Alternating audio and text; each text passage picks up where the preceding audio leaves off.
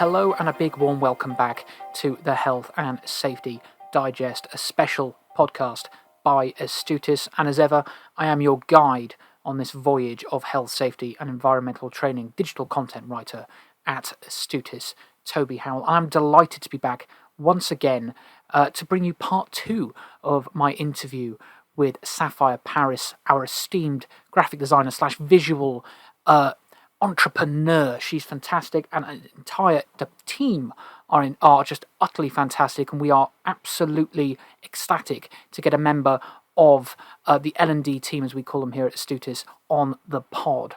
So in our part 2 of our conversation that we have with Sapphire here today, we're going to be talking about the visual innovations of the course and how they are incorporated, and we're going to be talking about the science, the pure science behind it. So I hope you are all comforted at home, and I hope you all have a nice warm beverage so you can sit back, and let's get straight into the show.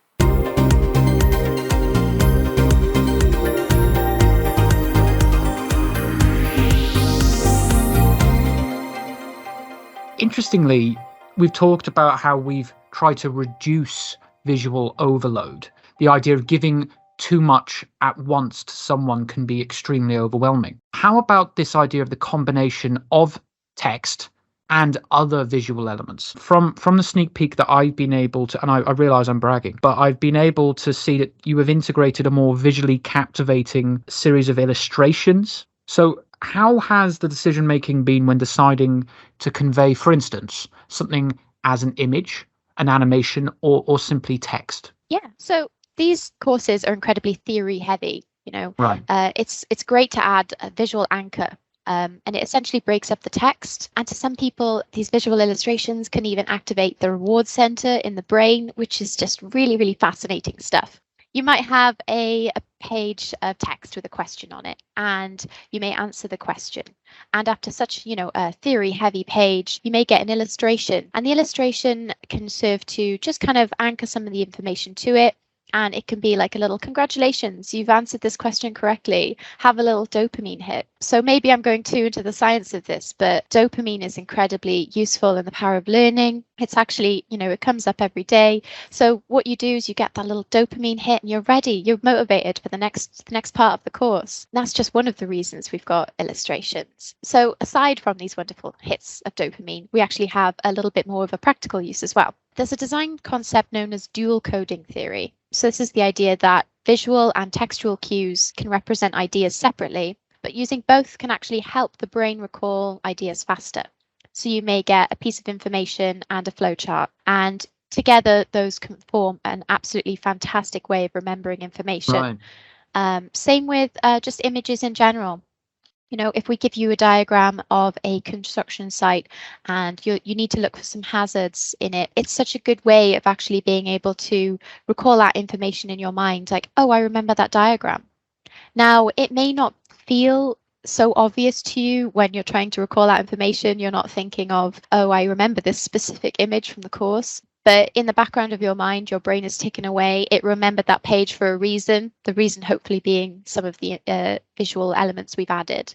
We've also kind of used these illustrations to break up the text as well. So what you can do is you can get a large section of text, and then you might want to break it up so it's not just all text on a page. Right. And the information can be broken up using this illustration. As well, you've got things like infographics. So those are conveying data in a more visual sense, things like graphs and things. They're really, really useful. Yeah. I personally, I'm not a fan of numbers at all. They go right over my head. But visual, being a visual designer, I personally love visual elements. And these kinds of things can be really, really great. Even some of our buttons use images on them so that the user will click on them and hopefully their mind will pair the idea of this image and some of the text, just so that the learner can reflect on the content a little bit more, rather than just having a generic image or extra text or extra space on the page. Wow. Okay. I truly did not. Some of those theory terminology, just some of those names you're whipping out there. Wow.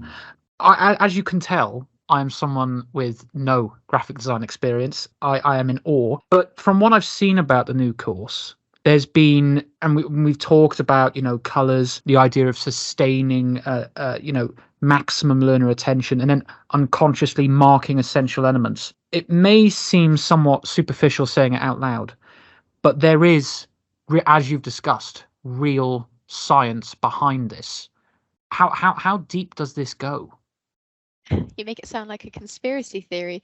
Well, yes, I've spent a long time studying design, and design theory especially. I'm really, really into that kind of thing. There are a lot of psychological principles, some of which we probably won't even get into today, and they can apply to visual design, learning design, and the teaching of all the concepts that we do in this particular course and our other courses. So our team are constantly actually researching new ways of learning. We attend conferences, we read articles, we take really complex principles and we try and put them into our course. It's the same with visual design, with my illustrations or with my team's illustrations and animations. We put those in for very specific reasons. We've designed the course for very specific reasons. So some of the techniques we've already discussed are examples of psychology in design, but I'll chuck a few more out for you as well. So hopefully these don't get too technical, but I'll break them down for you. So there's one known as the von Restorff effect. It's the same effect that makes call to action buttons so effective on a website. So call to action buttons, for those of you who don't know, they're the ones that say buy me, click me, email, Right. subscribe Okay. to our email list. There's something that we want you to click. So we've used this effect in the design of the interface. Things like the navigation bar, the menu, and the next and back buttons. They're designed in such a way that they are the brightest objects on the page. There's this really, really intense orange on the menu bar, on the navigation bar, on the left and right buttons. However, the way we've placed them on the page means that they don't catch your attention too much. So you're always aware that you can go back a page, you can head to the menu if you'd like to move between the courses, between the elements, and between the subjects in between them. So that's a really, really interesting effect that we've used. Another example of a fantastic principle that we've used throughout the entire course is one of my favorites. It's known as the Gestalt principle. It explores how elements are perceived in relation to each other visually. So we mentioned a little bit about this earlier, but by grouping up elements, for example, you've got things like text, buttons, images, animations. These are all elements on a page. So the user has a lot less to think about if we group them up together. So for example, if you have a concept such as, I'll use hazards again. So if you have a lot of hazards on a page and you want the user to click on, let's say, 3 bullet points of the noise hazard, what we'd do is we'd put the buttons next to each other. We'd make them all the same color. So visually on the page, you'd have some text, then you'd have 3 buttons of the same color, which you'd group together, and then perhaps an diagram or some more text. So all of those things would be separated out. So as we mentioned earlier, that would reduce visual overload, and that would again group them together so that you kind of are aware that they belong together in a group. 3 bullet points for the noise hazard, an image which comes after the bullet point. So those can be really, really fantastic. But the idea is that we want the course to feel intuitive. We want it to work for the learner. We want the main focus to be their studies. And a lot of these techniques that I'm saying will probably not even go noticed, which is exactly the point. We just want it to be about the learning. Right. What I've noticed is it's all about the content. I mean, you've said that numerous times here. It's about the content. It's about not distracting the learner. It's about giving them a seamless experience through the course. And I think from what I've seen, that will quite easily be achieved. It makes me want to enroll, but I've only just finished a course myself, so I'm going to take a breather first.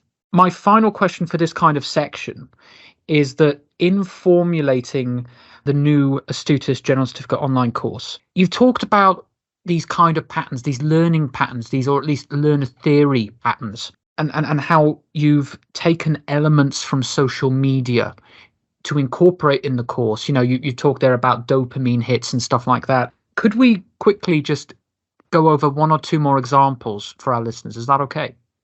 Yeah, social media is a huge influence on us. I'm not sure if it's a very quick subject, but I'll do my best. So what I'll do is I'll begin with the initial look of the course. Please. We've taken a lot of inspiration from websites. So it's not so much social media, but websites themselves. So there's a look or a design technique known as neomorphism. Now, I'm sorry if I'm getting too technical with some of these names. Maybe I'm just name dropping all of these cool things, but there's this style called neomorphism, and it's all about subtle contrast and solid colors. It's all about the use of shadowing and light, and it places weight on buttons and makes a lot of things subtle. So what we've done in the course is we've got a lot of white space. So you'll notice a lot of modern websites have a lot of negative space, and this essentially means space on the website where there's no content, there's no images, no text, it's just white, or if the background is dark, if you've got dark mode on your phone, it could be dark as well. But the idea is the same. Now, this space is actually really important in design because it actually subtly, again, points towards the content. The content is the king in this scenario. So this white space is actually great. So we chose this kind of look, this design look, so that we could kind of subtly just kind of point at the content. Please look at the content. Again, this is all subconscious. This shouldn't really be, you shouldn't really be thinking of this. But this idea of white space also makes the buttons on the page a bit more prominent. So you've got this purple button on a white background. You're like, well, I've got to click it. So that's really key. Again, in web design, you can actually navigate to where you need to go. Our courses function based on that intuition that most people have from a website. We want to give our learners a course that is fluid, that's dynamic. It allows them to take control and focus on what they want to learn and improve. You know, this idea of going through a menu and saying, I want to find this specific part in this element is great. You know, you might know a lot of the information already. You might want to revise. So we've got these kind of key navigation techniques that we've taken from websites. So back to your original question about social media. So one way we've taken inspiration is the idea of short form content. Think of things like TikTok, YouTube, Facebook. All of these websites have pioneered this idea of short form, quick dopamine hits. Everything these days is so quick. Some people can lose concentration really quickly. People have busy lives. Not everyone. Some people can take the time and really sit down for hours, and that's fantastic. But if you do have a busy life, the idea is with these courses is that you can quickly take a look at a page. Everything is sectioned out very well for you. So if you go with this course that we've just done with the general certificate, everything's sectioned out perfectly well for you. You can skip to a certain element on hazards or one of the other elements, the ISO 14001. That's a great element. And if you want to just focus on perhaps just a certain part of the course, a certain section, just go to it, and you can find it. You can click on the pop-ups. You can just look at that. So these really short, like almost like flashcards. Right. So they're really useful. They contain the important information in short, sweet bursts. But as I've said before, the additional information is always another option. You can read the content a little longer if you'd prefer. That's totally fine as well. So it's all about how the learner wants to learn. And another example that we've taken from social media is animation. So I'm going to just chuck some numbers at you. But research shows 84 minutes a day is the global average for video consumption. So 84 minutes, that's like what, hour, 2 hours? It's not 2 hours. It's over an hour anyway. And some people report that 82% of global internet traffic actually comes from video streaming or video downloads. And that's just in 2022. And I'm sure that number will go up. Yeah. So what we've done is we've put animated assets throughout the elements. It allows us to capture the attention of the user. Everybody lives busy lives. There's always things going on in the background, as kids running around, your partner asking you questions as you're trying to learn, your cat running across your keyboard. So what we've done is we pop these animations on the page, and they kind of keep your attention a little bit. Make sure that you keep your attention on this page, So we've got small little animations just kind of illustrating flow charts and infographics. And we also have these beautiful key concept videos made by the team.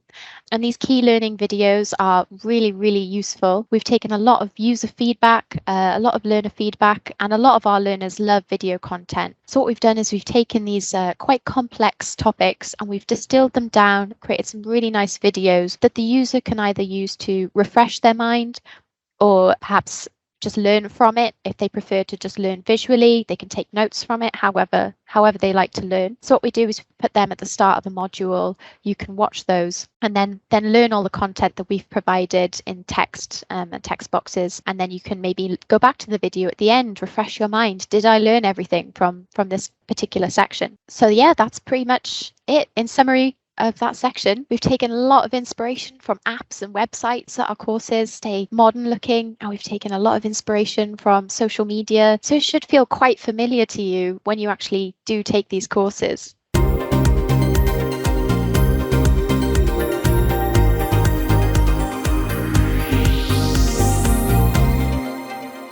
Wasn't that just amazing? I am absolutely, utterly amazed by some of the topics we've covered in today's episode, but that is not all. We have another episode to come, so I'd like to thank Sapphire for joining us once again, but worry not, we have one final episode with Sapphire that covers some really interesting changes to the online NEBOSH General Certificate offering here at Astutis. In particular, we will be covering the Learning to Learn module, a fantastic new feature that almost teaches learners how to learn more effectively. It's fantastic. We'll be incorporating the new risk assessments that are featured, dotted throughout the course, 20 in total. I don't want to spoil it, but it's honestly fantastic. The new incorporated learning checks, mock exercises, experimental learning, and simulated tasks. I cannot wait to deliver that into wherever you're listening to this podcast for episode 3. But that concludes today's episode, and that leaves me to basically say, if you have any questions, you know what to do. Find us on social media, just type in Astutis and you will find us. Alternatively, you can email me directly and I will get back to you as soon as I can. You can find my email address in the description below. So thank you very much for listening. I look forward to you joining me once again for episode 3. Stay safe. Speak to you soon.